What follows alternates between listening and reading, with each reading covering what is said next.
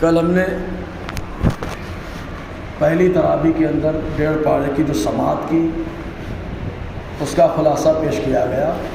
ابھی بقیہ جو 1.5 پارے ہیں، یعنی کل 1.5 اور آج 1.5 3 پارے مکمل ہوئے۔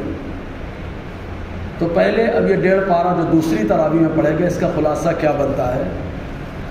تو دوسرے پارے کی جو آخری یعنی آدھا حصہ ہے، جس کو نصف آخر کہا جاتا ہے، اس میں بہت سارے مسائل ہیں۔ خاص طور سے طلاق وغیرہ کے مسائل بڑے مضبوط بیان کیے گئے۔ پھر بھی آغاز یہاں سے ہوا کہ اللہ تبارک و تعالیٰ فرماتا ہے سل بنی اسرائیل سے پوچھو کہ ہم نے کتنی نشانیاں عطا کی، یعنی حضور صلی اللہ علیہ وسلم کی کتنے اوصاف عطا کیے، اور اللہ تعالیٰ نے اپنی قدرت کی کتنی نشانیاں پیش فرمائیں، اور بہت ساری چیزیں رہیں۔ اور ظاہر سی بات ہے، جو اللہ تعالیٰ کی نشانی کو نہیں مانے گا تو وہ کافر ہے، تو پھر کافروں کا ذکر شروع ہو گیا۔ اور جو اللہ تعالیٰ کی نشانی کو مانے گا وہ ایمان والا ہے، اور جو ایمان والا ہے تو اس کو آزمائش سے دوچار ہونا پڑے گا۔ اللہ تعالیٰ کی قدرت کو پر ایمان رکھ کر کے، اللہ تعالیٰ کی ذات پر ایمان رکھ کر کے، اپنی وحدانیت کو باقی رکھ کر کے کہ اللہ کو ہم ایک مانتے ہیں، بہت امتحان دینا پڑے گا۔ اتنا امتحان دینا پڑے گا کہ گزشتہ لوگوں کو بھی امتحان دینا پڑا، یہاں تک کہ پیغمبران اعظام اور ان کے ساتھ تمام ایمان والوں نے کہا اللہ کی مدد کب آئے گی۔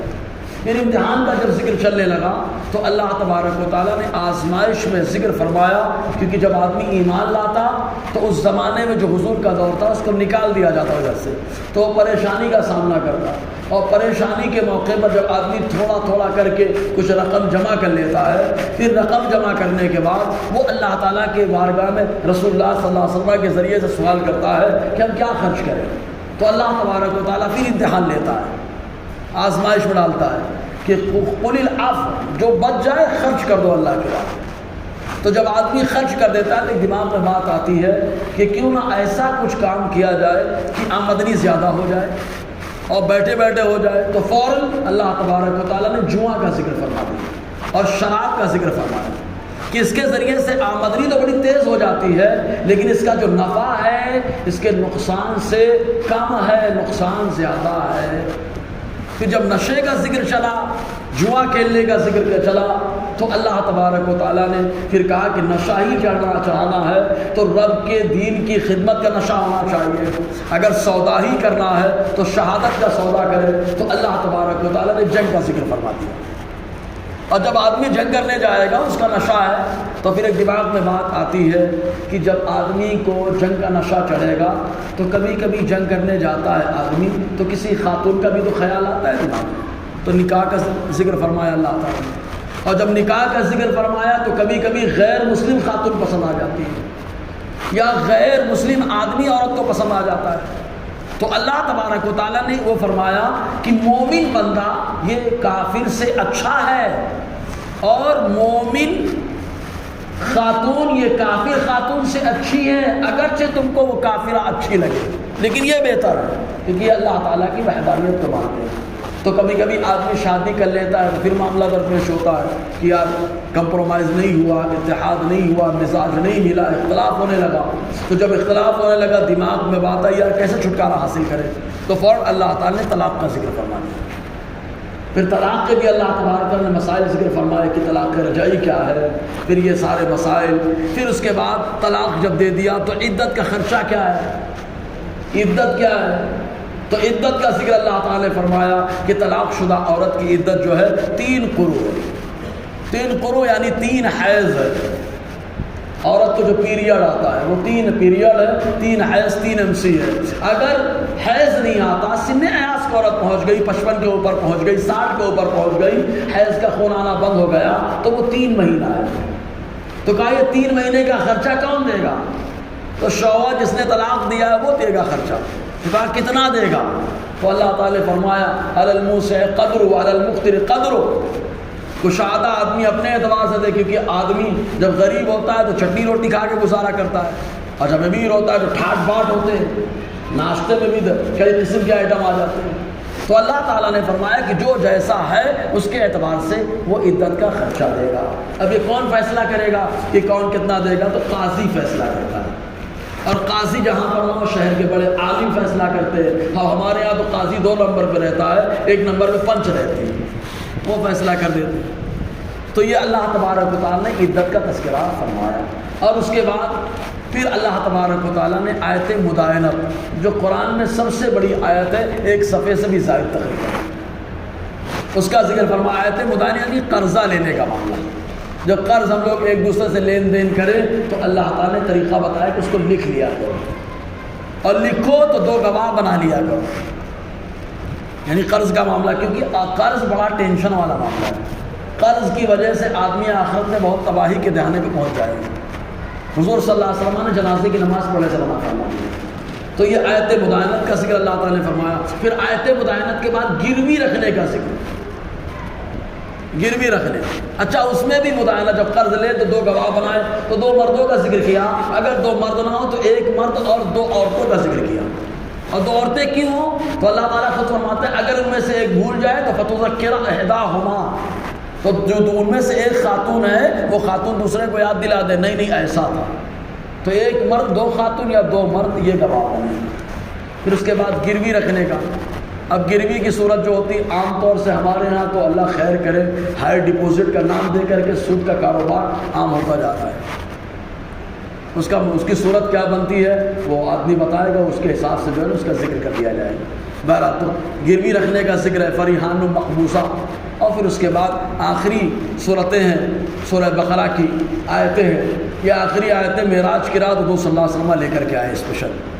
جو آخری آیتیں ہیں سورہ بقرہ کی, حضور معراج کی رات اسپیشل لے کر کے آئے. جب گئے تھے جیسے نماز لے کر کے آئے, ویسے ہی سورہ بقرہ کی آخری آیتیں بھی حضور لے کر کے آئے. اور اس کے اندر کیا ہے, ہم سب پر ایمان رکھتے ہیں. اللہ پر ایمان رکھتے ہیں, اللہ تعالیٰ کی ساری کتابوں پر ایمان رکھتے ہیں, سارے پیغمبروں پر ایمان رکھتے ہیں, سارے فرشتوں پر ایمان رکھتے ہیں. اور اس کے بعد بندہ کہتا ہے اللہ جو بھی ہم سے خطا ہو جائے تو معاف کرنے والا ہے. یہ ہو گیا آپ کا تقریباً 1 پارے کا خلاصہ. اب اس کے بعد سورہ آل عمران کا آغاز ہوتا ہے. سورہ آل عمران کے اندر اللہ تبارک و تعالیٰ نے, حالانکہ اس کے اندر جب تیسرا پارہ شروع ہوتا ہے اسی میں, تو تیسرا پارہ جب شروع ہوتا ہے تو آیت الکرسی بھی ہے. آیت الکرسی جس کی بڑی شان ہے, شیطان بھی اس کی عظمت کا قائل رہا. شیطان جو لوگوں کو پریشان کرتا ہے, ابو ہریرہ سے یہ کہہ کے گیا تھا جو آیت الکرسی پڑھ لے تو اس کا سامان شیطان بھی چوری نہیں کرتا. تو حضور کی بارگاہ میں ابو ہریرہ نے کہا تھا, معاملہ یہ ہوا تھا کہ کچھ مال غنیمت آیا تھا, صدقے کا مال تھا, نگرانی کے لیے ابو ہریرہ کو حضور نے مقرر فرما دیا. ابو ہریرہ نگرانی کر رہے تھے, رات میں چور آ گیا, سامان چوری کرنے لگا. ابو ہریرہ نے پکڑ لیا, خوب رویا دھویا, بہت ضرورت مند ہوں, یہ ہوں یہ وہ سب بول کے. اور ایمان والے بڑے بھولے ہوتے ہیں, تو ابو ہریرہ ایک دم بھولے, انہوں نے چھوڑ دیا. پھر دوسرے دن آیا, پھر پکڑ لیا, پکڑا, پھر رویا دھویا, پھر چھوڑ دیا, اب نہیں آؤں گا. تیسرے دن اب نہیں چھوڑوں گا. تو تیسرے دن وہ کہتا ہے کہ ایسا کرو, ایک وظیفہ بتا دیتا, اور اس وظیفے کو بتانے کی وجہ سے مجھے چھوڑ دے. کہا کیا ہے؟ کہا جب کوئی سامان ہو تو آیت الکرسی پڑھ لیا کرو, وہاں پر وہ سامان چوری نہیں ہوگا. ابو ہریرہ خوش ہو گئے, چھوڑ دیا اس کو. حضور کے پاس گئے آقا علیہ السلام کہ 3 دن حضور نے فرمایا تھا چور آئے گا آئے گا. آخر میں حضور نے فرمایا کیا رہا تمہارے چور کا معاملہ؟ تو ابو ہریرہ نے کہا حضور یہ بتا کے گیا. حضور نے فرمایا وہ 3 دن سے جو آ رہا تھا وہ شیطان تھا. ہاں اتنی بات ضرور ہے کہ جو اس نے بات بتائی ہے آیت الکرسی والی, وہ بات صحیح بتا کے گیا. بخاری شریف کے سے. اس کے بعد جو ہے اسی کے اندر حضرت ابراہیم علیہ السلام کے 2 واقعات ذکر کیے گئے. پہلا واقعہ جو نمرود سے مقابلہ ہوا, الم تر الی الذی حاج ابراہیم. حضرت ابراہیم علیہ السلام نے نمرود سے مقابلہ کیا تھا. کیوں ایسا؟ اس کی وجہ یہ ہے کہ نمرود تو اپنے آپ کو خدا کہہ رہا تھا, اور وہ بول رہا تھا کہ میں جس کو چاہوں اس کو جلا دوں, جس کو چاہوں مار ڈالوں, جس کو چاہوں جلا ڈالوں. اٹھا کے حضرت ابراہیم کو آگ میں ڈالا, اور جب آگ میں ڈالا تو اللہ نے آگ کو گلزار بنا ڈالا. اور جب گلزار بنا ڈالا تو ٹینشن میں آ گیا, ارے ابراہیم تو جلے نہیں, اے ابراہیم تمہارا رب کون ہے؟ اب پوچھنے لگا تمہارا رب کون ہے جس نے تم کو آگ میں بچا لیا؟ حضرت ابراہیم نے بتایا میرا رب وہ جو زندگی دیتا ہے موت بھی دیتا ہے. تو اپنی ہوشیاری دکھانے لگا, ڈیڑھ سالہ تھا, قیدی کو چھوڑ دیا, اور جس کو رعایت اس کو مار ڈالا. بولے دیکھو میں بھی تو جلاتا مارتا ہوں. حضرت ابراہیم سمجھ گیا کہ اس کو اس کے بھیجے بھی مارنا پڑا. تو بتایا میرا اللہ تو وہ ہے جو پورب سے سورج نکالتا ہے, مغرب میں ڈباتا ہے. اگر تو خدا کہتا ہے تو مغرب سے نکال کے لا. سمجھ میں آیا؟ ٹھنڈا پڑ گیا۔ اس کے بعد پھر دوسرا واقعہ حضرت ابراہیم کا وہیں پہ ذکر ہے۔ کیا ذکر ہوا معلوم؟ 4 پرندوں کا حضرت ابراہیم علیہ السلام میں گزر ہوا، پانی کے پاس سے، دریا کے پاس سے ایک لاش پڑی ہوئی ہے، پانی چڑھتا ہے تو مچھلیاں اس کا گوشت نوچ کے کھاتی ہیں، پانی اتر جاتا ہے تو پرندے آ کر نوچ کے کھاتے ہیں۔ حضرت ابراہیم نے دیکھا تو دیکھنے کے بعد اللہ کی بارگاہ میں کہا ربی ارنی کیف تحیی الموتیٰ، اے اللہ دکھا تو کیسے زندہ کرے گا۔ تو اللہ تبارک و تعالیٰ نے فرمایا 5-4 کو پکڑ لو۔ پکڑا حضرت ابراہیم علیہ السلام نے، اور جیسے ہی پکڑا اللہ نے فرمایا ذبح کرو، ذبح کیا، بڑھیا قیمہ بنایا، سب کو الگ الگ پہاڑوں پہ رکھ دیا۔ اللہ فرماتا ہے مردے ہو چکے ہیں، قیمہ ہو چکے ہیں، اب بلاؤ۔ حضرت ابراہیم نے بلائے، آتینہ کا سایہ، وہ گوشت دوڑتے ہوئے آئے، پہلے ہڈیاں ملی، پھر گوشت چڑھے، پھر کھال چڑھ گئی، پھر پر چڑھ گئے، اور اللہ تعالیٰ نے ان کو دوبارہ زندگی عطا ہے نا۔ اس کے بعد دوسرے پارے کے آخر میں طالوت کا بھی ذکر ہے، تو جو جالوت سے جو مقابلہ کرنے گئے تھے داؤد علیہ السلام کے ساتھ، تو آزمائش ہوئی، 313 تھے جو کامیاب ہوئے، اور جالوت کو ایک دم قوم جبارین میں سے تھا، اس کو پھوڑ پھاڑا۔ حضرت داؤد علیہ السلام جو عمر کم تھی، دبلے پتلے، گلیل سے مارا، گلیل اس کو منجنیق بھی کہا جاتا ہے، مارا سب پھوٹا، اس کا بھی ذکر ملتا ہے۔ بہرحال سورہ آل عمران تک یہ مکمل ہوا۔ اب سورہ آل عمران کیا ہے؟ آخری آدھا پارہ، تیسرے پارے میں آل عمران، آل مانے ہوتا ہے اولاد یا ماننے والے، عمران حضرت عیسیٰ علیہ السلام کے نانا کا نام، یعنی عمران کی اولاد کا ذکر ہے۔ تو سورہ آل عمران میں اسپیشل حضرت عیسیٰ اور حضرت مریم کا ذکر ہے۔ کچھ رافضی لوگ ہیں جو شرارت کر رہے ہیں، عمران جو ہے نا فٹ کر رہے ہیں کہ ابو طالب کا نام ہے، زبردستی، اب زبردستی کرنا ہے تو جس کو جو چاہو وہ کر لو بھائی، ابو جہل کو ابو لہب بنا دو، ابو لہب کو ابو جہل بنا دو، یہ زبردستی اس کو کہا جاتا ہے۔ تو اس کے اندر کیا آتا ہے؟ مریم رضی اللہ تعالی عنہا کا ذکر ہے، چونکہ آپ کی ولادت بھی جو ہے اللہ کی قدرت کی نشانی ہے، اور یحییٰ کا ذکر ہے، وہ بھی اللہ تعالیٰ کی قدرت کی نشانی ہے، حضرت عیسیٰ علیہ السلام کی ولادت بھی اللہ کی قدرت کی نشانی ہے۔ معاملہ کیا؟ پہلے تو حضرت مریم کی والدہ حنا، انہوں نے دیکھا بچہ بھی کچھ، ولادت نہیں ہوئی کسی بچے کی، انہوں نے دیکھا 2 پرندے آپس میں اپنے بچوں کو چونچ سے دانہ کھلا رہے ہیں، تو دل میں خواہش پیدا ہوئی اگر میرے گھر میں بھی کوئی بچہ ہوتا تو میں بھی کھلاتی، بس منت مان لیے اللہ اگر تم نے بچہ دے دیا تو بچہ مسجد اقصیٰ کی خدمت کے لیے وقف ہوگا، اور منت مانی، منت ماننے کے بعد اپنے شوہر کو بتا دیا حضرت عمران کو، کہا یہ کیا غضب کا ڈال، اگر لڑکی ہوئی تو کیا کرو گے؟ بات تو ٹینشن ہو۔ بہرحال حضرت عمران 27,000 وہاں پر وہ لوگ تھے جو تورات لکھتے تھے، اور 70,000 مسجد اقصیٰ کے خادم تھے، ان سب کی امامت حضرت عیسیٰ علیہ السلام کے نانا حضرت مریم کے والد حضرت عمران کیا کرتے تھے، اور ان کو دین کے معاملات میں جو دین سکھانا ہے یہ حضرت زکریا علیہ السلام کا کام ہے، اور حضرت زکریا اور حضرت عمران یہ آپس میں ساڑو بھائی، ہم زلف۔ بہرحال تو حضرت عمران پردہ فرما کے اس کے بعد مریم کی ولادت ہوئی، ولادت ہوئی تو دینا ہے، منت تو مانی ہے، کپڑے میں لپیٹ کر کے حضرت حنا پہنچی، میں یکفلھا، کون اس کی پرورش کرے گا؟ تو سب بولنے لگے میں۔